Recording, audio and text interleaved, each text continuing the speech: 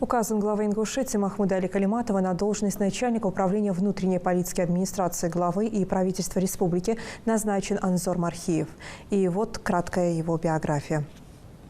Свою трудовую деятельность начал в 2010 году после окончания Ингушского государственного университета по специальности «Государственные и муниципальные финансы». Анзор Мархиев работал в компании «Кострома Рус», начинал консультантом и стал заместителем руководителя организации. В 2016 году после работы руководителем отдела продаж общества с ограниченной ответственностью РСМ «Недвижимость» занялся собственным бизнесом. В 2019 году был назначен исполняющим обязанности, а позже утвержден в должности председателя Республиканского комитета по делам молодежи. Через 3 года работы в ведомстве Анзора Мархиева перевели на должность заместителя, а затем первого заместителя руководителя администрации главы и правительства Ингушетии. Мархиев является членом партии «Единая Россия» и имеет ряд правительственных наград, 2 благодарственных письма президента России. Новому начальнику управления внутренней политики администрации главы и правительства республики 36 лет, женат и имеет ребенка.